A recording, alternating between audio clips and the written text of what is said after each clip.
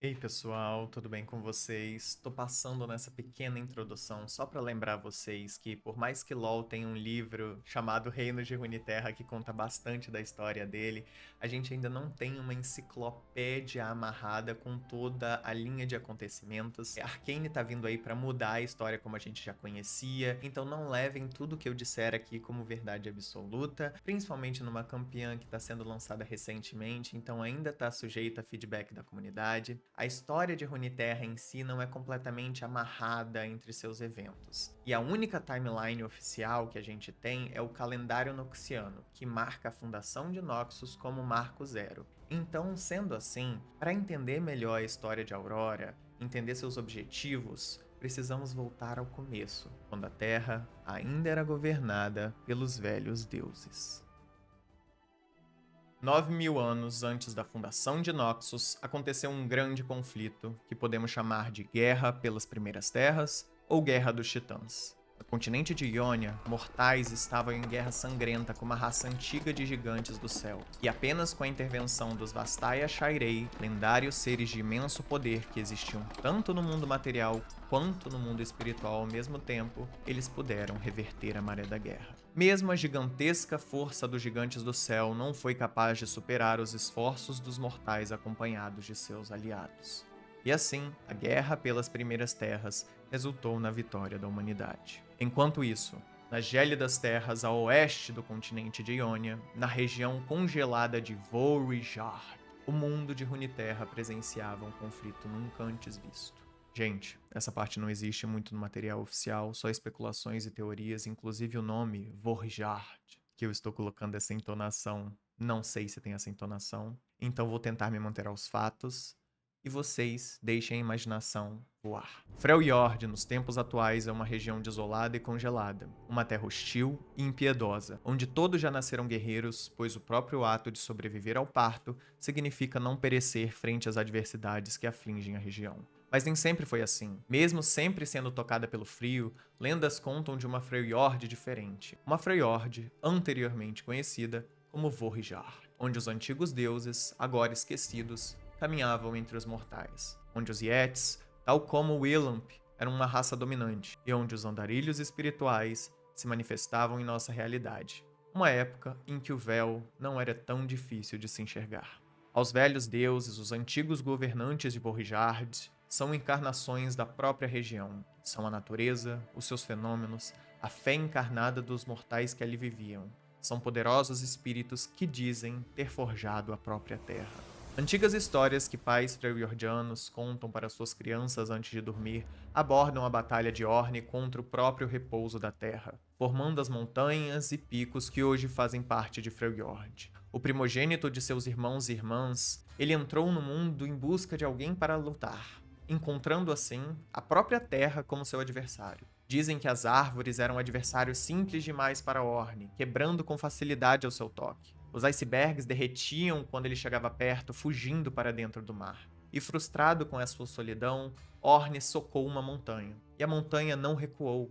Surpreso, mas feliz de ter encontrado um adversário à altura, Orne amassou, machucou e moldou a terra. Ele deu cabeçada nos picos e desceu a vales profundos, e quando se cansava, Orne agradecia à terra pela gloriosa batalha. A própria Vorigard respondeu, abrindo um poço de fogo onde se podia observar o próprio coração da terra. Orne se sentiu honrado e observou seu reflexo nas chamas, um carneiro de brasas. A própria terra considerou Orne merecedor, lhe contando segredos mais antigos que a Runeterra em si, lhe presenteando então com a chama primordial, o arauto de toda a mudança. O mito diz que Anívia, chateada, sim gente, chateada, com Orne por ter derrubado suas árvores preferidas para criar ferramentas, decidiu visitá-lo. E ao lhe tocar o nariz, o que fez o carneiro de brasas espirrar acidentalmente, incendiando a sua primeira casa. Orne não acordou durante o incêndio, apenas dias depois se levantou e se viu em uma pilha de cinzas, sem saber o que havia ocorrido. E até os dias de hoje, Anívia mantém esse segredo de Orne. Orne, então, decidiu construir sua segunda morada, a lendária Hearthome, dentro de uma montanha, que visitamos na sequência de missões que tem atualmente no cliente do LoL. para prevenir que os poderes do fogo incinerassem seu lar novamente. Mas dessa vez, a montanha prendeu o calor, fazendo com que seu novo lar se tornasse cada vez mais insuportável de se viver dentro. Então Orne cavou um túnel que levava até o mar, e a irmã Foca, sim, a irmã Foca do Earth, permitiu que as gélidas águas adentrassem esse túnel e resfriassem a chama de Hardhome. 3 dias se passaram para que a brasa se acalmasse, e nesse meio tempo, o nível do mar caiu drasticamente, trazendo para cima das águas regiões que antes estavam submersas. Mas no céu, que antes era pintado de um azul perpétuo, podiam-se observar nuvens negras, carregadas com a quantidade de água que havia sido evaporada na tentativa de acalmar a chama de Hardhome. À medida que essas nuvens se juntavam e inchavam, sua temperatura caía e ficavam cada vez mais pesadas, até o momento em que explodiram em neve e gelo. A tempestade de neve durou 100 anos e a antiga Vorrijard, como se conhecia, se viu escondida debaixo da grossa camada de neve que perpetua até os dias de hoje. Dizem que o arrependimento de Orne por ter alterado tanto o curso da natureza o fez presentear o fogo à humanidade, para assim se protegerem do frio, assim como Orne havia feito nos eventos que originaram o congelamento de Freljord. Outro mito conta de um espírito enraivecido, que mais tarde na linha do tempo iria se enfrentar com Orne em uma batalha cataclísmica, que infelizmente não vamos ter tempo para abordar nesse vídeo, mas que durou 8 dias e deixou a montanha onde Hardhome estava e as tribos que adoravam Orne em pedaços. Esse semideus incorporava a destruição, a força da tempestade. Volibear representava a fúria da própria Vorrijard. Durante a modelagem do mundo, enquanto Orne socava as montanhas, Volibear entrou em conflito com a serpente de magma Hond, com suas garras formando incontáveis vales e ravinas, e o golpe final que fez o sangue de Hond jorrar ao que viria a se tornar o primeiro rio de Freljord, enquanto seu colossal cadáver formou as cordilheiras de Wyrmback. Mesmo com a terra arrasada pela neve, seus habitantes não se dobraram. Talvez a sobrevivência sempre esteve na cultura dos filhos de Freljord, ou talvez fosse apenas sorte, mas a vida voltou a florescer nos campos congelados. Um mito muito antigo, mais antigo que todos mencionados até agora, e por muitos esquecido, conta a história de um espírito formidável. Um cervo de chifres congelados, coberto por uma pelagem azul escuro, como as nuvens que lançaram o inverno sobre a terra. Mas sob as patas, por onde esse espírito caminhava, cresciam brotos e flores. A vida parecia lutar contra a pressão da neve. Esse espírito, de que o nome há muito foi riscado dos anais da história, era abençoado pela própria primavera. E assim, a mortalidade voltou a prosperar. Apesar das adversidades impostas pelo clima, Anivia, o espírito do gelo e da neve, não era hostil aos mortais como alguns dos seus outros irmãos semideuses. Enquanto Orne se preocupava com sua forja nesse momento e Volibear se perdia em sua guerra, Anivia viu a possibilidade na humanidade e jurou proteger a sua terra. Inclusive, foi por meio de sua bênção, depois de vislumbrar um Yeti selvagem demonstrar bondade a uma presa fraca, que a raça dos Yetis recebeu a habilidade de manipular gelo verdadeiro, transformando suas próprias formas em feições mais dóceis que representassem o verdadeiro coração dessa raça.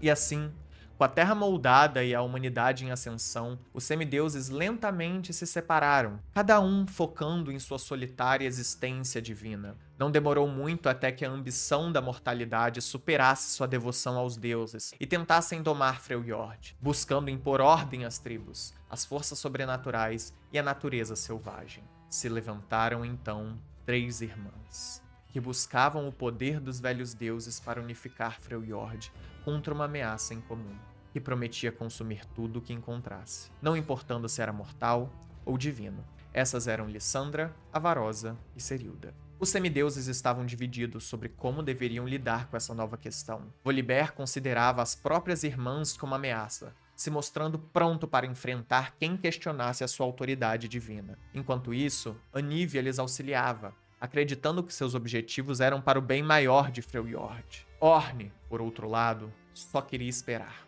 Em sua mente, as irmãs eram como qualquer outro mortal. Não alcançariam nada significativo em sua curta vida. As irmãs, então, foram até Orne pedir ajuda para conter essa ameaça que espreitava nos confins do mundo. Pediram a Orne que abrisse um buraco mais fundo de todo o mundo para jogar a escuridão dentro e prendê-la. E assim, mesmo relutante, o Carneiro de Brasas o fez. Mais uma vez, as irmãs retornaram. Dessa vez, pedindo a ajuda do grande carneiro para construir uma ponte dentro deste buraco. Orne, intrigado com este pedido, que partiu especialmente da irmã chamada Lissandra, relutou em realizar tal tarefa, mas por fim cedeu e construiu o que conhecemos hoje como Howling Abyss. Sim, gente, o Aram. Volibear, revoltado com a ajuda de seu irmão, as irmãs, tendo as sementes do conflito plantadas mais uma vez no coração dos semideuses, a batalha entre Volibear e Orne foi inevitável. Aconteceu após o último se recusar a fornecer armas para a guerra contra as três irmãs e suas tribos. No sopé da montanha de Hearthome, lar de Orne, os semideuses se engalfinharam, destruindo grande parte da montanha no processo e o resto da amizade e cumplicidade que existia entre eles. Volibear soou as trombetas da guerra, mas não conseguiu derrotar as irmãs. Mesmo quando mobilizou seus seguidores sanguinários contra elas, eles já haviam acumulado poder suficiente para desafiar os deuses. Mas em sua busca pelo poder que lhes permitiria domar este mundo mágico e volátil, todos ainda tiveram que pagar um preço. A visão de Lissandra foi tomada pelas garras de Volibear. A voz de Serilda foi roubada pelo primeiro crepúsculo. Será que o recipiente do aspecto antes da Zoe, gente? E a Varosa nunca mais foi capaz de ouvir depois de entrar em contato com as entidades das profundezas. Ao usar suas habilidades para observar as visões das pessoas ao seu redor, Lissandra também ganhou consciência dessa força estranha e alienígena que sua irmã encontrou. Ela percebeu que esses seres sobrenaturais possuíam poderes que rivalizavam até mesmo com as divindades de Freljord. Este coletivo é conhecido como o Vazio, e eles permaneceram observando Runeterra por eras, esperando o momento certo para envolver este mundo em um eterno silêncio. Lissandra fez um acordo com os Arautos do Vazio, conhecidos como Observadores. Eles concederiam às irmãs quase imortalidade pelo preço do seu apoio à vinda do Vazio, no momento certo. Graças aos presentes concedidos pelos Observadores, as irmãs e seus seguidores mais fortes seriam capazes de resistir ao frio congelante e, portanto, ficaram conhecidos como os primeiros Glacinatas. Foi com este poder que a humanidade venceu a natureza e os espíritos de Freljord, iniciando assim a Era dos Mortais. Não muito tempo depois de unir toda a Freljord, Lissandra e suas irmãs começaram a brigar entre si pelo futuro de seu novo império. As irmãs de Lissandra, a Varosa e Serilda, começaram a ficar descontentes com o acordo dela com seus mestres de outro mundo, acreditando que a servidão a eles era um destino pior que a morte, e sentindo os efeitos negativos de sua influência em suas terras. À medida em que o céu ficava mais escuro e os ventos mais frios, essas tribos mortais de Glacinatas, que uma vez se alimentaram juntas como uma só, travaram uma guerra por esse argumento. Nos últimos dias de seus conflitos, Serilda e a Varosa reuniram seus exércitos e marcharam na cidadela de Lissandra para resistir à servidão dos observadores, a qual Lissandra havia prometido a todos eles. Os exércitos cercaram a cidadela, enfrentando Lissandra e seus aliados na ponte de Howling Abyss. E ao mesmo tempo, nesta batalha, os observadores começaram a se manifestar no reino físico de Freljord, causando o caos quando os horrores horríveis e sobrenaturais alcançaram os exércitos. Lissandra, em um último esforço para impedir que os observadores se materializassem completamente, drenou a magia dos Yetis, regredindo de volta ao seu estado selvagem, e sacrificou suas irmãs, os exércitos que eles reuniram no abismo, para realizar um ritual e sepultar os observadores em gelo verdadeiro, conseguindo aprisioná-los no meio do caminho entre o vazio e o reino físico. Lissandra e seus seguidores agora residem em uma cidadela sepultada no inverno interno no polo norte de Freljord, impossível de ser alcançada por um mero mortal.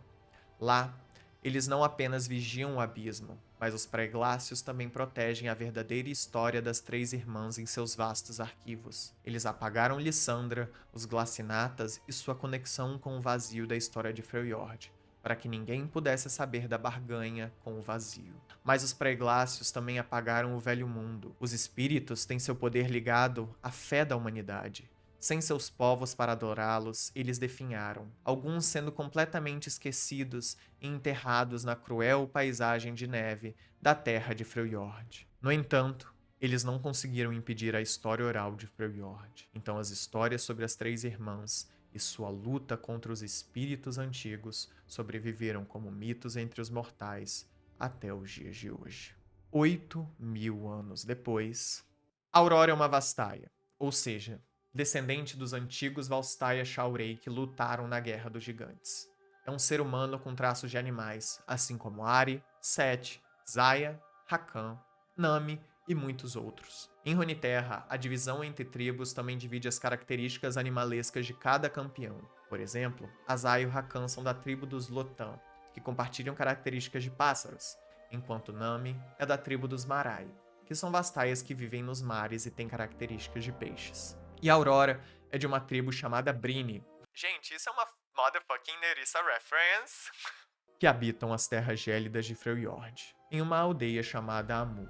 Ao contrário de outras tribos Vastaia, os Brini adaptaram-se ao clima rigoroso de Freljord, isolando-se do resto de seu povo. Ao invés de guerreiros ou magos, eles cultivavam as terras alpinas da região, mantendo viva sua conexão ancestral com a magia de forma distinta e única. Aurora, desde o nascimento, possuía a habilidade única de ver entre o véu, entre o reino espiritual e o material. Habilidade há muito tempo perdida pelos ancestrais de seu povo.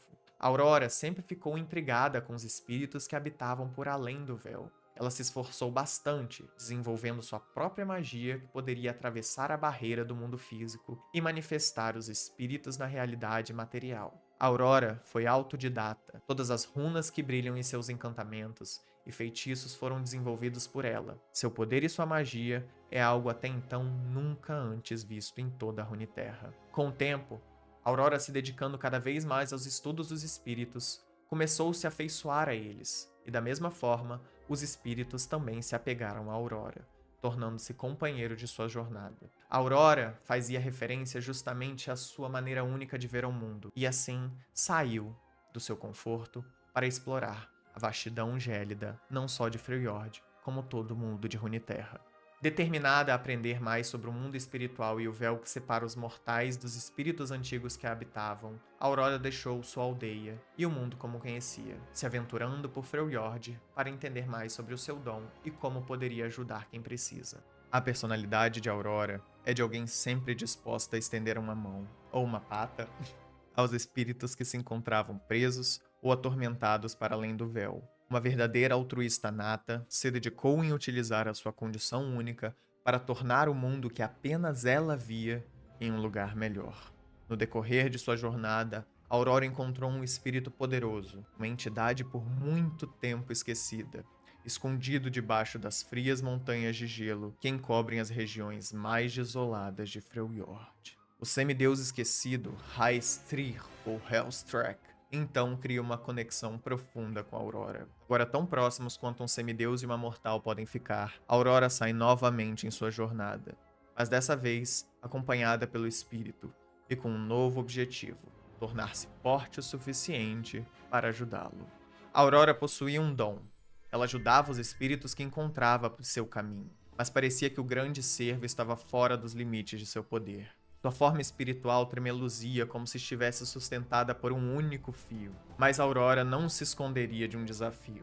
Aliás, Aurora jamais se esconderia de nada. Ela vive uma vida sem máscaras. O reino espiritual de Runeterra não é o pós-vida dos pobres mortais que pereceram pelas adversidades, nem da fauna e da flora que morreu. É um reino etéreo que possui seus próprios habitantes e criaturas. E algumas dessas criaturas dependem da fé de outras para sobreviver. Meio que sininho do Peter Pan, sabe? Isso é demonstrado pela grande diversidade de conceitos existentes dentro dos espíritos de Runeterra. Os espíritos de Ionia, acostumados com a paz que reinou desde a última Guerra dos Gigantes, têm uma relação simbiótica com a própria Terra. Quando a guerra retornou com os soldados noxianos, uma grande quantidade de Azacanas se manifestou. A própria Ionia respondeu aos sentimentos de medo e revolta de seus habitantes. A Lune, em seu templo espiritual, que é o seu lar permanente, consegue manifestar no reino físico os poderes da própria lua, enquanto Mordekaiser até hoje é ancorado nas ruínas de seu bastião imortal. Cada lugar possui seu reflexo espiritual, com espíritos que incorporam a natureza daquela região. Eles existem e coexistem ao mesmo tempo. A matéria e o espírito não são opostos, são faces da mesma moeda. Então, futuramente, explorar os reinos espirituais de Demacia, de Shurima e até mesmo Piltover e Zaun não esteja muito longe.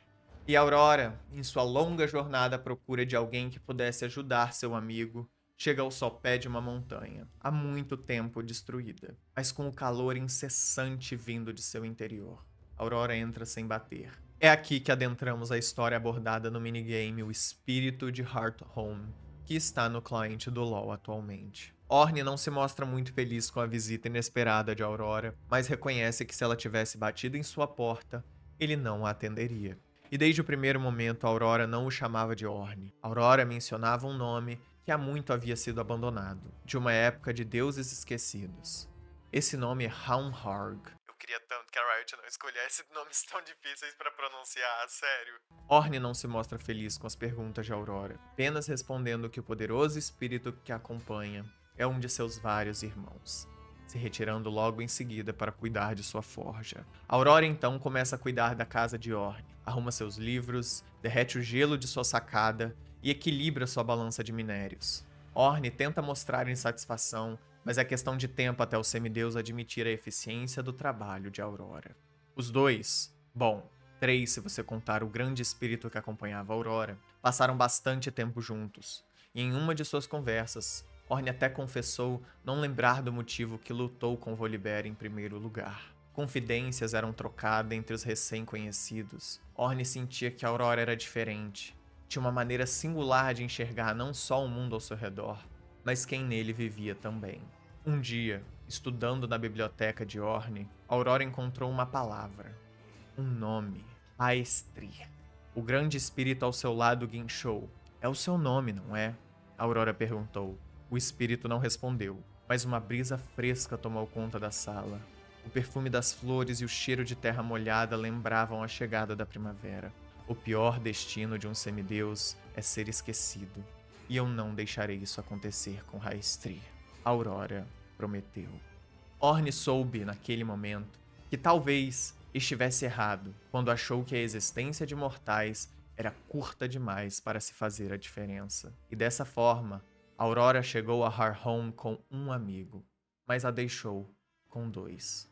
Ornn forjou uma varinha, pequena e singela, como uma das agulhas que Aurora tanto gostava de usar para tricotar. Mas esta não iria costurar lã e botões. Essa varinha era capaz de atravessar o próprio tecido do véu que divide os reinos e abrir uma porta para o mundo espiritual. Assim, Ornn abençoou a jornada de Aurora e lhe contou tudo o que lhe sobrava de conhecimento das histórias do velho mundo e de seus deuses esquecidos. Da primavera que lutou contra a neve para brotar, da brisa fria que acreditou na mortalidade, do fogo primordial que é o agente de toda mudança, da fúria da tempestade que amedronta os corações dos humanos, e de uma bruxa.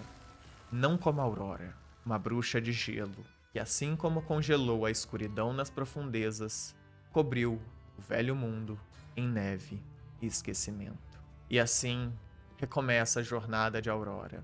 Atrás da história perdida, segue então a bruxa entre mundos. Gente, calma. A narração acabou, mas pessoal, eu voltei aqui pra dizer pra vocês umas curiosidades sobre a Aurora. Pra quem não tá sabendo, o Mini foi convidado pela Riot pra ir até Los Angeles conhecer a Aurora antecipadamente. E eu, que fui como filmmaker dele, tive a oportunidade de conversar com a desenvolvedora de narrativa dela. Então uma salva de palmas aqui pra Elise, você é perfeita! Gente, então, eu quis vir contar umas curiosidades da Aurora aqui pra vocês, mas vai ser metralhadora, tá? Vocês estão preparados? Sim, as marcas dela em todo o corpo não são tatuagens, são sardinhas que se espalharam por todo o corpo, gente. É pra fazer referência a ser um coelho. Ela é o primeiro Vastaia baseado em um animal presa e não num animal predador. Ela quer consertar o caos em Freljord. Eles pesquisaram que texturas poderiam ser confortáveis em pessoas do espectro autismo utilizarem. Pra quem não sabe, a Aurora tá inserida nesse aspecto e toda a sua personalidade foi pensada pra se aplicar dentro de experiências dessas pessoas na vida real. Ela é introvertida, ela só gosta de corrigir as pessoas pra poder passar os fatos corretos. Ela não gosta de brigar. Ela é totalmente no confrontation. Ela tinha uma fala pro Aphelios que foi descartada. Meus Moonbunnies! Na current timeline, ela tá procurando o Voli e a Anivia. Quando ela encontra o High-Steer, ela fala, and I quote, eu vou ajudá-lo, que nem ela ajuda todos os outros espíritos. Mas ela não consegue. É por isso que ela vai procurar o Orne. Gente, eu sou muito grato e muito feliz, não só pela Elise ter tirado do tempo dela pra conversar comigo, mas também por ela ter me deixado gravar nossa conversa e registrar essa memória pra sempre. Eu queria agradecer também a Gustavo, que me convidou pra poder ir nessa viagem. Eu amo você, obrigado por realizar esse sonho. Queria agradecer a Riot Games, que me permitiu entrar e me tratou a pão de ló. Queria agradecer também a toda a equipe que trabalhou no desenvolvimento dessa coelha Vastaia. A Aurora pra sempre vai ser um campeão muito especial pra mim. Eu não poderia estar mais feliz de ter tido contato com o desenvolvimento dela tão perto assim. E agradecer agora aos Rioters. Foi mágico ver dentro do olho de vocês o carinho, o empenho e o amor que vocês colocam no trabalho de vocês. Foi mágico presenciar uma conexão tão profunda assim entre empresa e comunidade. Obrigado por terem me deixado fazer parte disso, gente. E por favor, não me manda hate se eu tiver passado alguma informação errada. Vocês não têm noção do quão rápido eu tive que anotar dentro do meu caderno as informações que estavam sendo passadas na apresentação. Então erros podem ter vazado, me desculpa, tá bom? Ei, pera, isso não é uma curiosidade, né? Só o final do vídeo. Gente, se inscreve no canal, curte o vídeo se gostou. Minha primeira narração na vida foi uma homenagem pra vocês, comunidade, você, Elise, e você, Aurora. Espero que tenham gostado.